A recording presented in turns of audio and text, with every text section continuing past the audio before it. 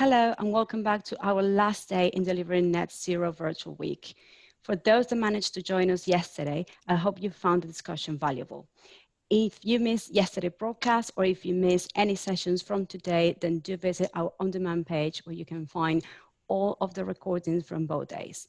Our on-demand section will be live until the 21st of August, so you have plenty of time to get through all the sessions we have covered. Some of the topics we discussed yesterday include the race to zero, how companies can lead the way, accelerating investments to achieve net zero future, embedding risk and resilience in your net zero strategy, the race to zero, mapping the path to COP26 and beyond. And for today, we have excellent discussions coming up next, including financing a net zero future, time for finance to take the lead, transitioning value chains behind a net zero ambitions, allocating investments for both a business recovery and net zero transitions, and the loop on net zero, the case for circularity for businesses. So today, first up, we have Helen Clarkson, Chief Executive Officer at the Climate Group, Anirban Ghosh, Chief Sustainability Officer at Mahindra Group, Gary Kaspikarshas, Director, Project and Infrastructure Financing at NatWest, and Richard Howitt, Senior Associate at Frank Bold and former CEO at IRRC, speaking on the need of allocate investment for both a business's recovery and net zero transition and how much we can sacrifice. But before we hand over to Richard, I would like to remind you that we have a survey running found just beneath the fold. If you haven't done so already, please do share your feedback. Also, a quick reminder that this session is live and we want you to get involved to make the most of this time and ask questions of our speakers using the Q&A box below this video. And now to kick off with our first session of the day, it's my pleasure to hand over to Richard. Well, thank you very much, Anna. Good morning to everyone at the conference. Good day to a very international audience. At this time slot, I think many of our viewers will be across Asia as well as the rest of the world. So a warm welcome to you as well. There's a separate section in this conference, as Anna has just said, about the investor perspective. So this session is very much about how companies invest for the new net zero era. In the old model, capital investment leads to growth for the company and to narrowly defined financial returns. In a net zero era, how do we assess investment projects differently? And how do we measure the rate of return, taking into account natural and other capitals? Do there have to be trade-offs between financial and other returns? And if so, how can these be managed? And will the COVID crisis confront us with the biggest trade-off of all? Will companies stop spending or find themselves prioritizing economic recovery at the expense of slowing down or even reversing progress towards a net zero future?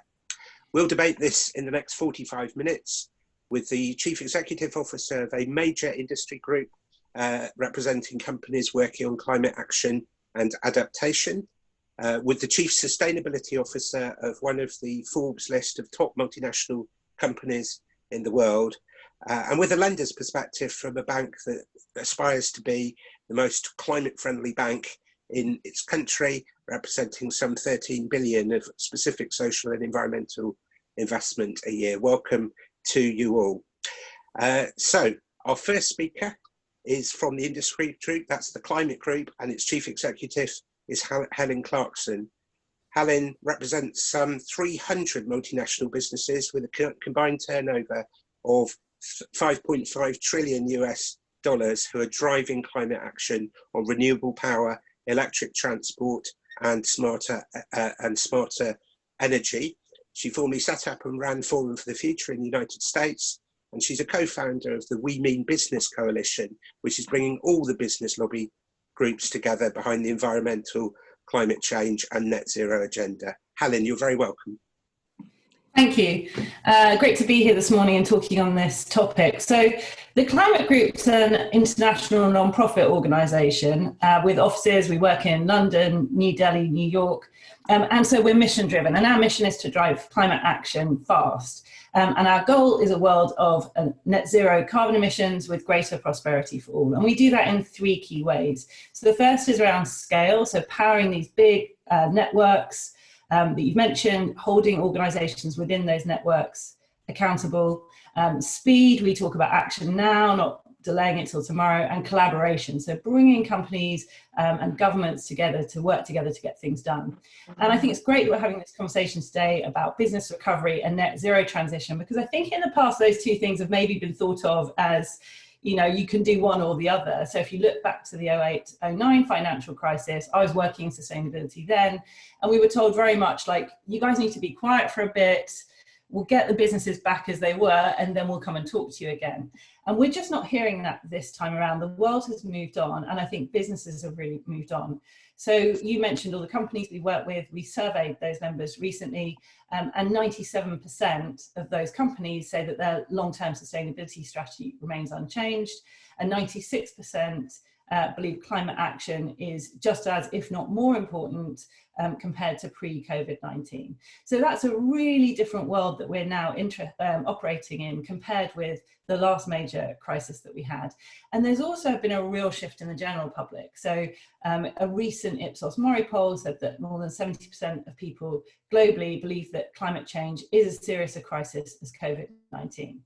So I think that really shapes this discussion differently. And when we think about getting to net zero, what we're thinking about is really radical changes to society, to the way we structure our economy, how businesses work, and so on. And now we've got this crisis that's come along that's really shaken up how people are thinking. And I think while, you know, it's going to be a really, really troubling few years, both at the personal level and for businesses, there's also a huge opportunity here as we look at how we go into recovery, how we bring things back, how we do that with our net zero goals in mind. So that's our kind of starting point. I've mentioned these networks. I'll go into them a little bit, who we work with and what on. So our renewable electricity program, RE100, has over 250 corporate members worldwide, committed to 100% renewable electricity. A lot of them doing it for different reasons. Every year we check in, why are you doing it? How's it going? We've seen companies hit their target. We saw Novo Nordisk this week announcing hitting their renewable energy target ahead of schedule, and around 50% of members there say that it's saving them money. So when you think about business recovery, these aren't things that are going to necessarily cost you more. There are investments to make, but you often save money. Similarly, our program on energy efficiency, we've got members of that worldwide, and a huge interest really picking up now on that in the UK. One of our members is a retailer, H&M. They announced they've saved over 120,000 euros just by replacing their light bulbs with LED. And then finally, we work on electric vehicles through our EV100 campaign, which is a corporate commitment to electric vehicles and charging infrastructure. And again, we see cost savings there. So that was kind of the story going into the this crisis, big corporates making these commitments, and as I say, starting to talk about doubling down. But the question for us is, well, does this now continue? And what's been interesting is that we've seen new members joining right through the sort of 6-month period we've had of this crisis so far. We've had about 30 new members across our campaigns during that period. And then we're starting to see also other shifts in the surveys that we've done. So we've gone to our members to talk about them. So I talked about earlier, you know, how's that going to affect the business thing? We're seeing things come down to things like business travel, and about 89% saying their business travel is going to really shift. So I'm mentioning that not because, I mean, there's some carbon savings there obviously, but more it's that mindset shift of things that we just didn't think were possible. I think if you'd said, you know, Annabelle and I see each other around the world in different spots, and if you'd said, well, you won't see each other for a year, I thought that feels very unlikely. But already we're starting to see that mindsets are shifting, things that we thought we couldn't do are changing. And I think that opens up the possibility of how we're going to get to net zero. But it's worth mentioning as well in the surveys that we've done that the businesses that we talk to say they do need government support to hit these targets. And I think what we as a non-profit do, and a non-profit that really works between market and policy, is, you know, how do we bridge that gap between businesses and governments, and use things like the COP process that was mentioned in order to push forward more ambitious policy, keep governments to their commitments, but also continue to show them that the business world is there and is ready to make change. Great, thank you so much, Helen, and that's a great opener for not just this panel, but for the session today. Next, Anirban Ghosh, who you've already referred to. He's Chief Sustainability Officer at Mahindra Group. They're one of India's and the world's largest conglomerates, and they have join the Science Based Initiative, align to the Paris goals, and introduce his brand Mahindra Rise, which he may well want to talk to us about. Anirban says that he's moving business from green or grow to green and grow. Let's hear him tell us how.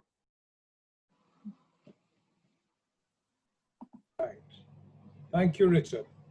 Happy to share some experiences with you. So when the question of allocating investments for both a business recovery and net zero transition is discussed, you would possibly think that it would be seen as a trade-off. But like Helen mentioned, business recovery and net zero transition can go hand in hand. And they can go hand in hand because projects to implement net zero transition give very good economic returns.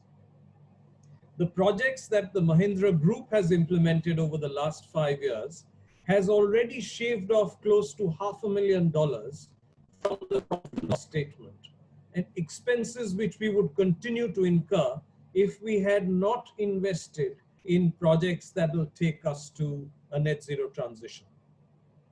But the story is not over yet.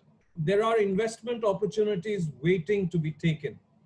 In fact, in a 2018 report by UNFCCC says that renewable energy and energy efficiency investments would each need to increase by up to $500 billion per year on average to 2050 in order to achieve the 1.5 degree centigrade target.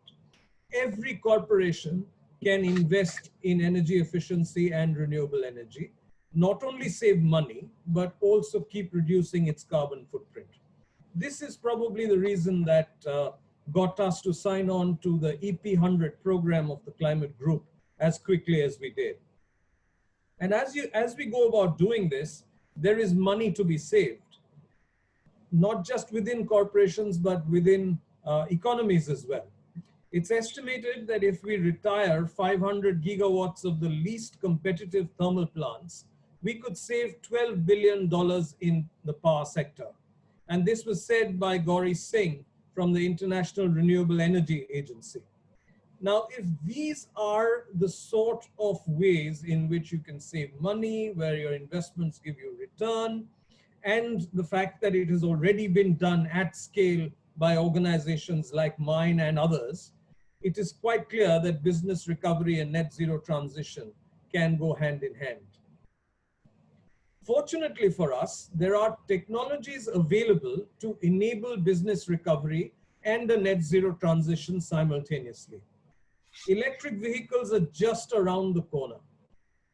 In India, there was an auction for renewable energy and storage, and for the first time, the price for renewable energy plus storage has come out to be lower than the price at which we would get conventional thermal power. It just shows that storage technology is moving forward in leaps and bounds, and the costs are coming down. And because of that, the transition to electric vehicles and the transition to renewable energy should see a sharp increase soon. Oh boy, that turned out to be a tongue twister. There are plenty of technologies in material processing to enable a circular economy. We ourselves have invested in automobile recycling responsibly. One of the other very large steel companies of the world, Tata Steel, has just invested in steel recycling. And there are many, many more examples of materials recycling, which will help allocate investments in a manner in which business recovery and net zero transition can go hand in hand. A long time ago, Milton Friedman had said that only a crisis, actual or perceived, produces real change. When that crisis occurs, the actions that are taken depend on the ideas that are lying around. We are in the middle of a crisis, if ever there was one. And if there is an idea that is lying around, that is about building back better. If we take away the learning from the COVID experience, that we are living beyond natural boundaries, and ensure that we invest to enable business recovery and a net zero transition simultaneously, then we would have achieved a great reset and not just a great restart. that's what I had to share with you to get started with our conversation today. Thank you very much, Anirban. And Milton Friedman isn't often quoted positively in conferences such as this. So that was a really great way of getting us all to think about that subject. Our third and final speaker on the panel is Gauri Kaspargar Shah. She's worked in energy and infrastructure financing for the last 16 years for the NatWest Bank, which aims to be the UK's most climate-friendly bank and is making its own operations net carbon zero this year and has a target to be climate positive by 2025. Gauri, what's the lender's perspective in relation to this? So great. So hopefully I'm sort of following the messages that Helen and Anirban have resonated. From our side, the banks do have a very important role to play, financial institutions. And that's because there's firstly the important backdrop of a number of legislative changes where there is emphasis now on banks in moving their own lending, their own books more towards, emission-free lending. So that means really focusing on some of the lending that happens to the oil majors, etc. But also going further than that, it's also looking at what impact does my overall book have across all the different sectors in terms of GHG, and how do I look to reduce that? So typically the larger banks have set targets for themselves.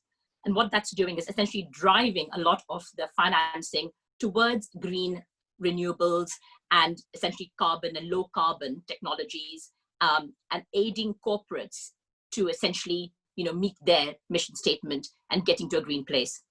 So if you look at it through the lens of what role private investment plays, private investment is responsible for 90% of the financing with respect to renewables and the green agenda. So that's a huge role that's required from financial institutions and from investors. So what's really driving the market is the fact that, of course, you've got this regulatory backdrop, but also the fact that investor demand is very strong. So if I sort of break up the various different products through which a financial institution can facilitate this move towards low carbon, then I think the first one would be to talk about just straightforward renewables lending. How do we aid those corporates, whether they be smaller ones, which are sort of more involved in the supply chain, all the way up to the larger corporates that are sort of putting in the big checks, the big tickets on the big projects.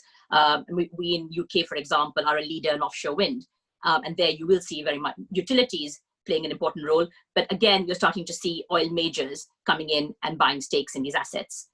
And those are typically all pretty much project finance, where project finance has a very important role to play. So we're talking about investments in excess of sort of 300 billion and beyond. So a bank like, the size of RBS, for example, whereas previously our book would have been maybe, I would say, a few £billion were related to sort of climate-related lending. We're now moving towards 100 billion. So that's the sort of the scale and the investment required to enable companies to meet their targets. I suppose the other area where things have developed greatly as well is around sustainability linked lending, which is to do more with things like sort of general corporate lending.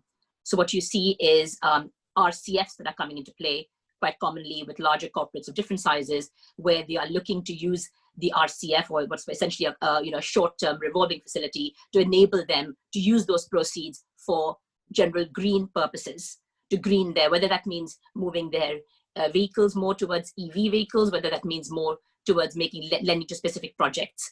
That's all very much in the realms of trying to enable them to get to their commitment levels.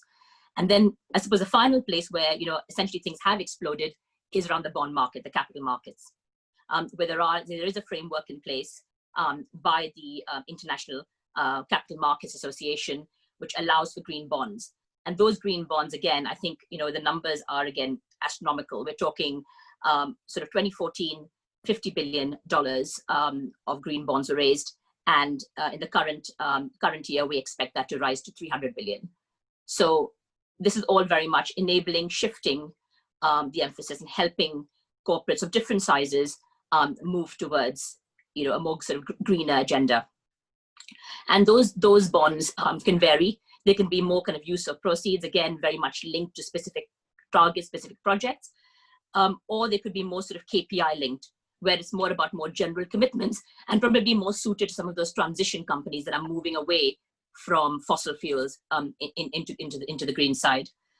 But essentially what it does show is that the financing world has adapted and tried to come up with instruments and means by which, you know, we can play quite a fundamental role in enabling that sort of the 2050 net zero goal to be achieved across the board. I suppose as a final point, you know, sort of with reference to COVID, I think what has been really quite stark and also very positive is that the COVID has really put further emphasis and spotlight on ESG. Because what we're finding, I think, you know, this is something that the previous speakers have mentioned, is that those asset classes and corporates that have invested in renewables and in green assets have actually been more resilient through this crisis. And from an investor perspective, what that means is that they're seeing better returns as well on investing, and certainly their strategies are moving towards investing in companies that have more of a wider ESG strategy. And that's obviously sustainability at top of the agenda, but the sustainability also links into things like your workforce, you know, and health and safety, etc. So it becomes a much broader definition. And for me, that is, you know, one of the if there was a positive side to all of this, that is something that's, you know, that resonates very well. Great, thank you very much, Gary. Thank you very much, all of you. Just to the audience, a reminder, if you're watching live, please use the question and answer box at the bottom of your screen, and we'll integrate some of your questions in the panel discussion that will follow. Now, Helen and Anirban, you were both very strong on this point that there aren't trade-offs, that there is a business case for all of this. But I'm going to prod you a bit back. You know, I'm as big a supporter of that as anyone, and I think the audience will be as well. But I think we have to be honest as well that in the short term and in individual projects, there are trade-offs. That's just a reality. And then it's a question of how we manage them. Do you accept that? And if so, how? Do you, Mahindra, do you, on behalf of your companies, Helen, and do you, as you'd suggest, Gary, companies manage those trade-offs? Helen, again first, please. Yeah, I think, I mean, it's one of those questions which I try and reframe, because I think when we get into that, it's overlooking the impact that climate is going to have on our lives in 10, 20 years. And I think focusing on that near term and sort of saying, well, you know, it's sort of a false decision, because we've had so much evidence about what climate does to the economy, what it does to people's happiness, and kind of going back to COVID, I think you're now seeing what happens in society when, you know, big crisis hits and the huge impact it has on people's lives, on people's livelihoods, whole industries going down. And in the climate crisis is really parallel. It's happening in a much slower time frame. So that's why I sort of resist that thing about trade-offs, because we can't avoid, you know, dealing with this. We're essentially trading off now versus the future. And we do still have, you know, a very short amount of time to do some radical things, take some action, and to really shift our future. So I don't think I think sort of looking in that narrow window around, well, this versus that is avoiding this huge trade-off with the future that we're making. And so I do think as well, you know, a lot of the things that we're looking at, some of the trade-offs that you thought were there maybe aren't. And so I come back to kind of things like remote working or other things. You know, I've always been quite resistant on the remote working, not entirely, but, you know, with the team, like, let's limit it, we need to be in the office. And we're now showing that you can actually run your business from home. I still don't like it particularly, but I think that rethink of like how big an office are we going to need in the future? What does that look like? What's the mix? You know, that's a very, very small example, but it shows you how we can rethink things and do things in a different way. But I think the bigger point is this: there's already a lot of climate change in the pipe that we can't do anything about with historical emissions. But, you know, thinking if you start to look at sort of 3-4 degree scenarios, you know, that's just something we can't countenance and think, oh, well, you know, let's do a bit less now because we'll just push it into the future. Okay.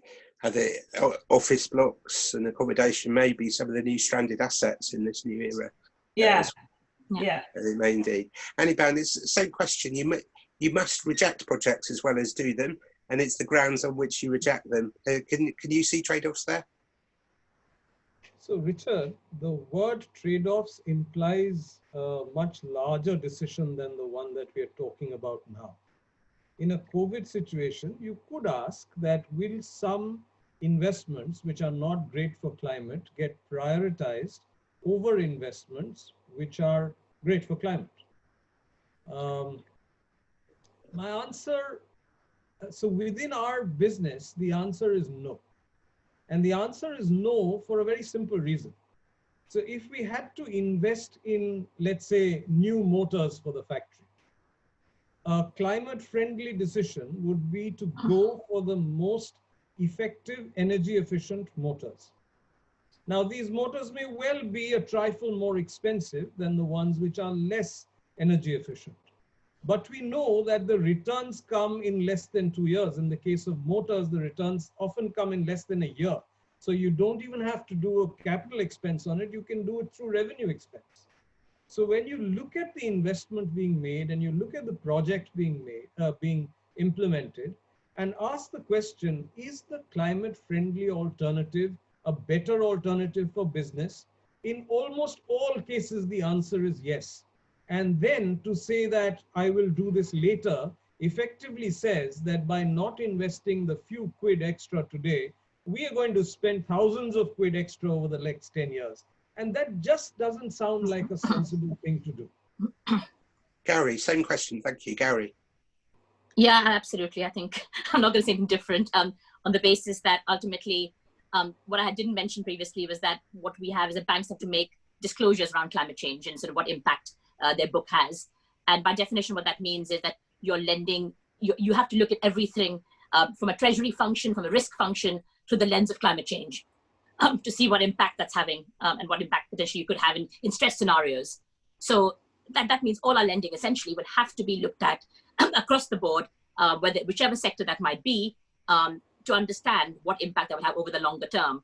And therefore what banks have done is sort of set various targets around, and again, to me, it's around time horizon, when essentially it's about short term, which is 1 to 2 years, what impact will they be on the book, up to 5 years and then beyond, and that's really kind of the sort of the trajectory about understanding how we can play a role across those various sort of time horizons. But certainly what we've seen is where we sit right now is very much where there's a seismic sort of shift change in borrowers and their behaviors, and how even from a corporate perspective, it's feeding into decision making at board level, as well as sort of filtering through the organization. And that's the game changer. Thank you. We might come back and discuss the time horizons issue a bit later, but you've referred already, Gary, to green bonds. And there is this question is, are we developing specific green products and services for specific green financial products, or are we taking our investment and trying to green across all of our investment? And because you've all agreed with each other in the first question, you're all going to agree in the second question and say both. So I'm going to ask you if it is both, and I'm delighted if someone wants to disagree, but if it is, give some advice to the audience about the balance between the two. Let's have Annie Brown starting this time. So, Richard, this dichotomy we refer to within the business as one part is greening the business, which is keep reducing your carbon footprint, your climate impact, etc., etc. And the other one is to invest in green businesses. So in the Mahindra Group, we've invested in electric vehicles, we've invested in waste to energy, we've invested in solar power, we've invested in shared mobility, green buildings, cloud computing, and so on. So these are businesses that are that will grow as climate action increases. At the same time, the work of reducing your carbon footprint, of becoming net zero, becoming water positive, etc., goes on simultaneously. Now, we have a finance company within the group as well. They're looking at what are the green opportunities that are worth investing in now. So how much of my loan book can move towards electric vehicles? How much of my loan book can move towards micro irrigation? Because these again are technologies which are extremely climate friendly. And they can lend as much as there is demand out there in the market. So as the demand for electric cars increases and as the demand for micro irrigation increases, the loan book of our finance company is going to move in that direction. But as long as it doesn't go in that direction, the least that the finance company can do is ensure that it greens its business, that it does business with the least impact to the environment and the best impact to society that it can. Thanks. Gary? So I guess, yeah, from my side, absolutely. I mean, the way that sort of green bonds are phrased, and that we talked about the use of proceeds, that's pretty transparent. The proceeds are being used specifically for a project or for, generally for maybe a group of projects, or enabling essentially the green sort of transition. I think where you end up in a bit of a gray area, and where it's a bit more the skepticism and controversy, is around when I talk about the KPI linked bonds.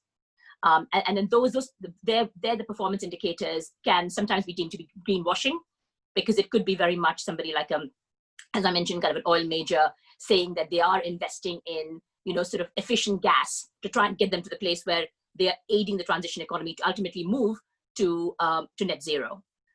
So it's those things that, there are some gray lines. And ultimately, I think what we're finding is the majority of the bonds are very much focused on use of proceeds, which is the sort of traditional way, which is where I think investors typically see appetite. However, I suppose there is still, this ultimately trying to facilitate and aid some of the big sort of fossil companies. How do we do that in a way that's efficient? Probably worth noting as well, and is things like hydrogen, for example, and carbon capture and storage. Those are areas where typically you're not going to see your traditional sort of corporates investing, where there's been technological advances and a lot of capex going into these projects from a kind of more early stage investment is from the oil majors. So noting that hydrogen is essentially going to be what is going to green our heating and transportation systems, that's quite essential ultimately. So we can't ignore that there is a role to be played, even though at the moment it might feel that the investments in those projects are a drop in the ocean compared to the kind of wider, sort of more fossil fuel related activities of those companies. Thanks. And Helen, green investment or greening investment? Well, I mean, I want to come at it slightly. We've heard about green investment there, and I think the other bit of it, and you asked for advice to companies, and I don't want people to think this is just about, what financial companies invest in or kind of big renewable projects. That's one side of it. But the other bit, and where I would give advice to companies, is to look at the work of the TCFD, the Task Force for Climate-Related Financial Disclosure, which is about how climate affects all companies. And you mentioned stranded assets already, it's going to get stranded. A lot of that is thinking for companies to really understand the climate risk in their own portfolio, because this isn't just about, have you invested in renewable energy? It's actually what's the shape of your business and how is climate impacting that, whether it's on supply chains, whether it's on specific assets that might be stranded, and trying to accurately reflect that in your financial disclosures so that investors and others have a better sense of risk. And I think some of that is about kind of educating regular investors as well and getting them to understand long-term risk. And it's been, it's not just about the oil and gas majors either, though it is really interesting to see what's happening to BP and BP's share price through COVID, and how, really low oil prices tended to be bad news for renewable energy because the price things, but actually it's meaning that really hard to reach places that were being explored are no longer economically feasible, and it's tipping it in a different way. So the economics of what's going on there, I think, again, is this kind of pre-shadowing of how the economy is going to change, how investment profiles over long periods are changing. And I think it's really interesting to think of that side. And those the TCFD is really targeted at all large companies. It's not just financials or oil and gas. And so looking at how they're thinking about it, I think, is a really good place to start. Yeah, really good point. And Mahindra is a good example of a group that has many sectors in which it's active. And certainly as far as the TCFD is concerned, Reuters Events Sustainable Business has had many events itself on the TCFD. So there are lots of resources on the website if people want to look that up. Let's start looking at some of the questions that have been coming in from the audience. One is specifically to you, Gowri. Could you specifically share your insight of if there's a link between companies that have a good sustainability performance and companies that have survived COVID best? What do you think of that question? No, I can certainly give a view. So in what I do, which is essentially more sustainable lending, on that side, it's particularly the renewable projects. We found that even with that, there's certainly been a shift in investors, going and essentially putting capex towards these projects on the basis that it's been a very resilient asset class.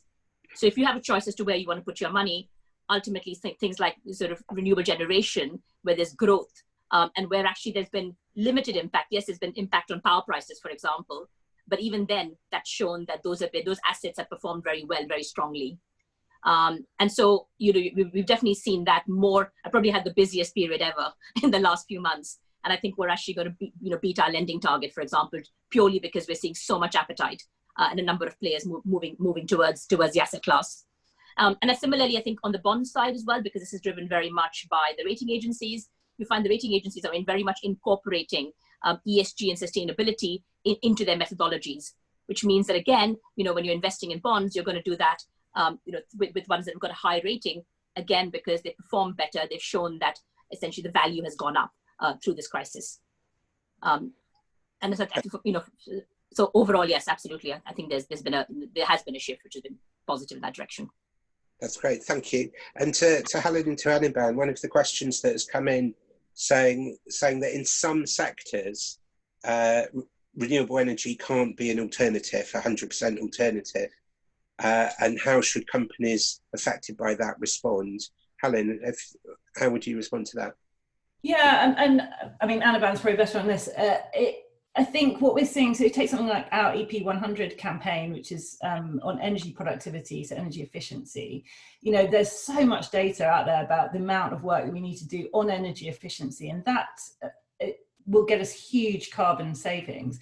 And what was interesting for us on the EP100 campaign was that a lot of heavy industry companies started to sign up for that, particularly in India.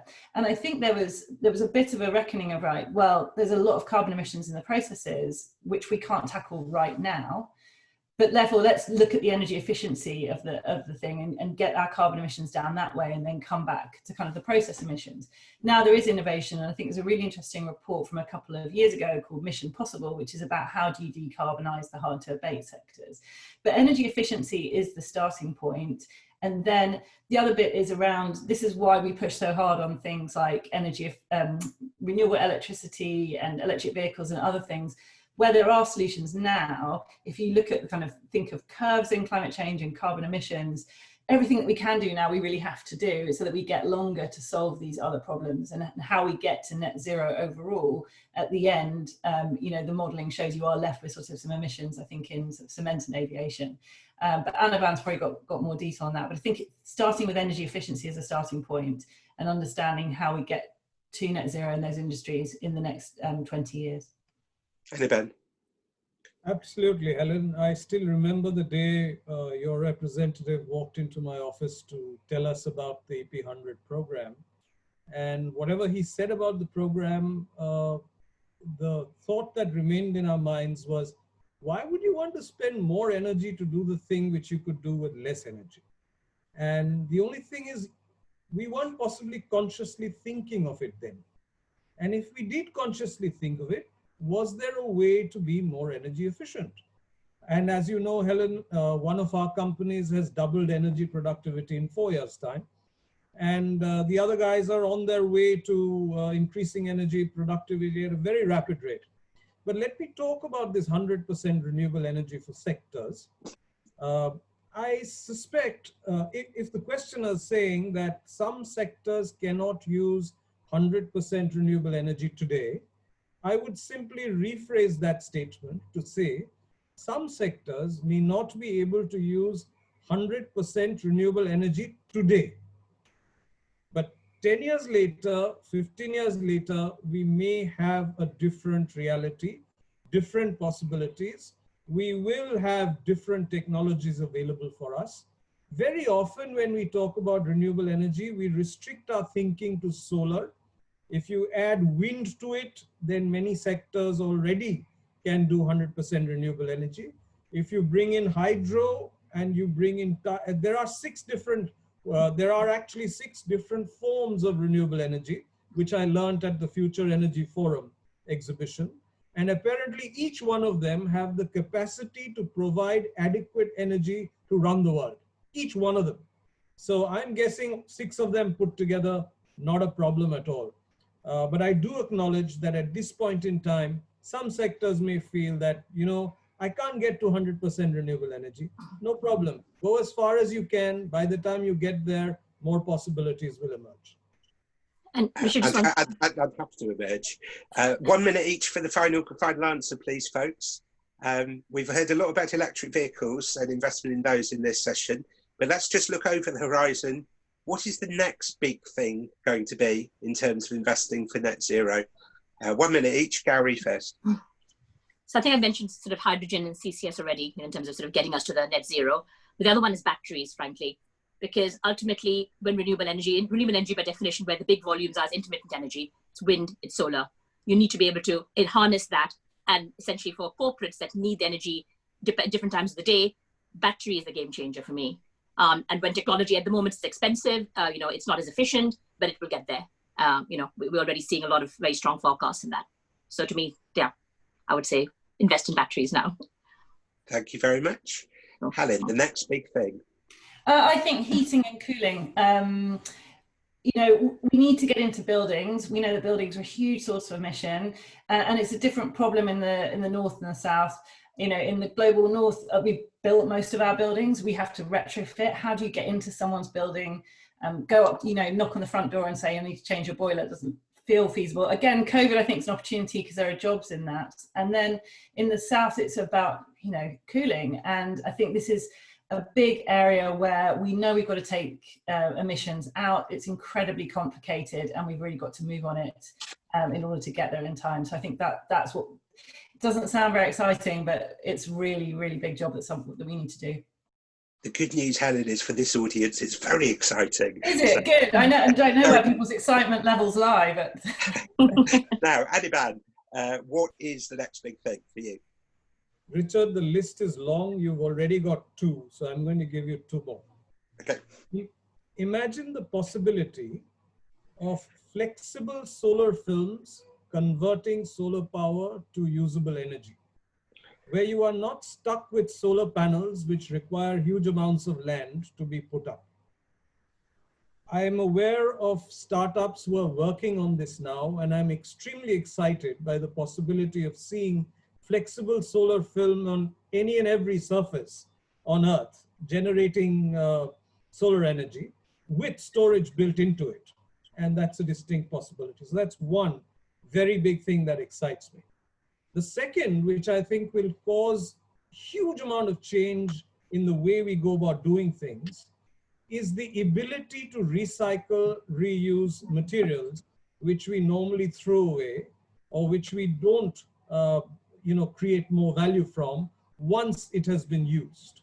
So these two, very strong circular economy and the possibility of flexible solar films completely breaking the paradigm of solar panels are 2 possible next big things in addition to the 2 that you've already heard of.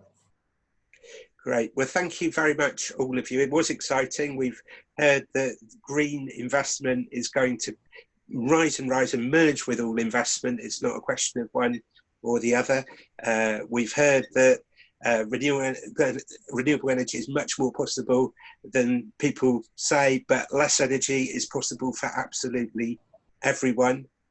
We've had a very clear conclusion. There really aren't trade-offs. That's a very strong argument from this panel, and we should challenge ourselves when we're asking that question or thinking about it. And we've all been given a great investment tip on the next big thing. So I hope everyone has written that down. Thank you so much to all of the speakers. It's been a great start to the second day of the Net Zero Future conference, and I'm now delighted to hand back to Anna. Thank you, Richard, Helen, Arban, and Gary. And as Richard said, it's been a great start for today's discussions. And thank you to all of you that submitted your questions. And now we have a pre-recorded interview as part of a virtual event we ran a couple of weeks back with Klaus-Dieter Burkhardt, Deputy Director at the European Commission, talking to our very own Therese Levin, Editor-in-Chief at Sustainable Business Reuters Events, on how do we ensure that climate issues are at the heart of the green recovery. Here is the presentation.